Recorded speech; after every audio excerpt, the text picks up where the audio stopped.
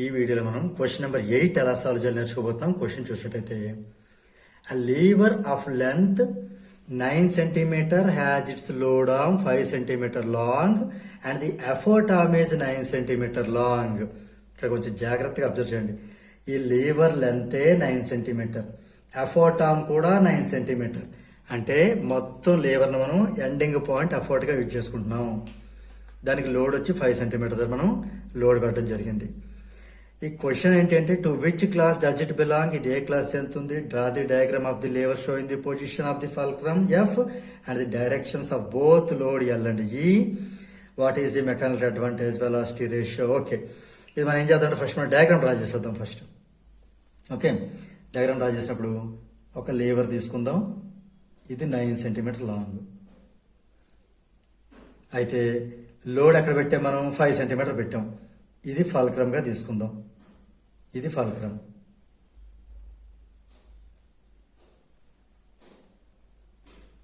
Right, ఇక్కడ నుంచి 5 మనం మేజర్ చేసి ఇక్కడ మేజర్ చేసి ఇక్కడ మనం ఒక లోడ్ పెడతాం.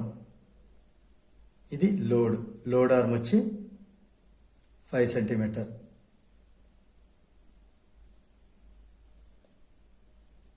ఇది 5 సెంటీమీటర్. మొత్తం ఎఫర్ట్ అంతా వచ్చి మొత్తం ఫుల్ డిస్టెన్స్ కదా, ఇక్కడి నుంచి ఇక్కడ వరకు ఇదంతా 9 సెంటీమీటర్. ఇది డయాగ్రామ్. సో ఇందులో మనకి to which class it does it belong. ఇక్కడ అబ్జర్వ్ చేయండి, మిడిల్లో ఎప్పుడైనా సరే లోడ్ ఉంది అంటే ఇది క్లాస్ 2 లీవర్ అవుతుంది.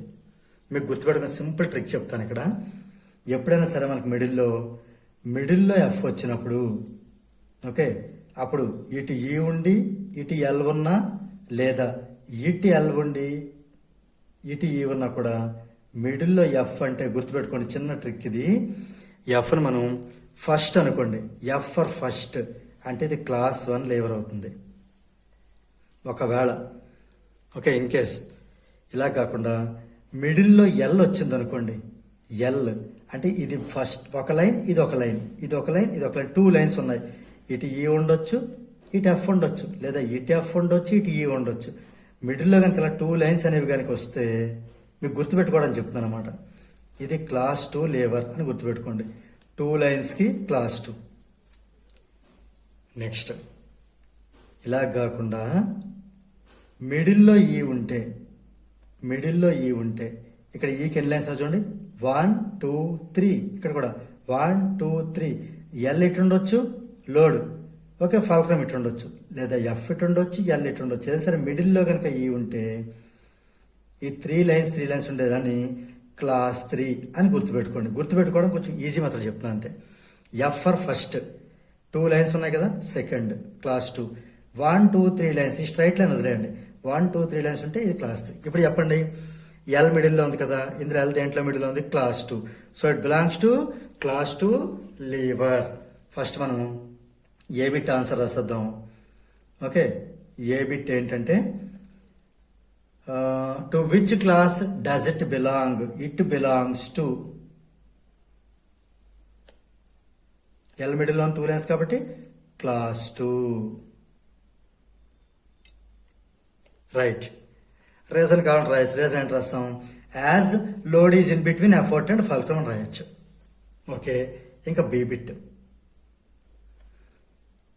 ఏంటి, draw A diagram of the lever showing the positions. Okay, it is drawn, diagram is drawn above. ఇప్పుడు మనం సిబిట్కి వచ్చేద్దాం. What is the mechanical advantage. ఇక్కడ నేను సిబిట్ చేస్తున్నాను. మెకానికల్ అడ్వాంటేజ్ అంటే మనకి ఫార్ములా ఏంటి, మెకానికల్ అడ్వాంటేజ్కి ఇక్కడ మనం లోడ్ ఆర్మ్ రాస్తే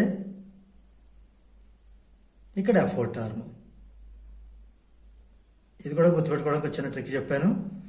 ఎంఏ ఇక్కడ నుంచి ఎల్ఈ, కానీ ఆర్మ్స్ కంపల్సరీ ఉండాలి. ఓకే, ఇప్పుడు ఇది రాద్దామా. ఎఫర్ట్ ఆర్మ్ ఎంత, ఈ నుంచి స్టార్ట్ అయింది కాబట్టి ఈ టు ఎఫ్ ఎఫర్ట్ ఆర్మ్, ఇది ఎల్తో స్టార్ట్ అయితే L to F load arm. ఈ నుంచి ఎఫ్ దాకా ఇదంతా 9, ఎల్ నుంచి ఎఫ్ దాకా ఇదేమో 5. ఇది 5 1 5 రాస్తే పాయింట్ అంటే 440 అవుతుంది. ఇది 8 వస్తుంది. దీనికి ఏం యూనిట్స్ ఉండవు ఎందుకంటే ఇది ఒక రేషియో 1.8. ఇది అయిపోయింది కదా. Next velocity ratio find out చేయాలి. వెలాసిటీ రేషియో ఫైండ్ అవుట్ చేయాలంటే మనకి ఏం కావాలి తెలుసా? ఎఫిషియన్సీ ఫార్ములా తీసుకోవాలి. ఇది మనకి ఏం చెప్తుంది? Mechanical advantage by velocity ratio చెప్తుంది అనమాట.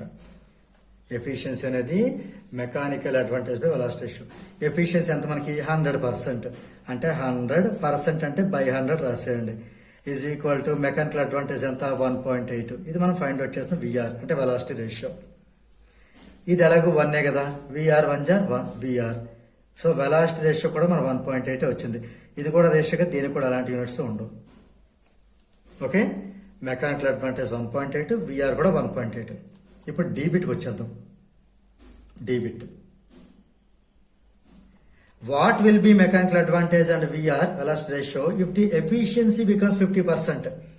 ఇప్పుడు ఎఫిషియన్సీ అంటే 50% అయిపోయింది. ఇక్కడ మనం గుర్తుపెట్టిన విషయం ఏంటంటే విఆర్ అనేది చేంజ్ అవ్వదు. విఆర్ అదే వాల్యూ తీసుకోవాలి.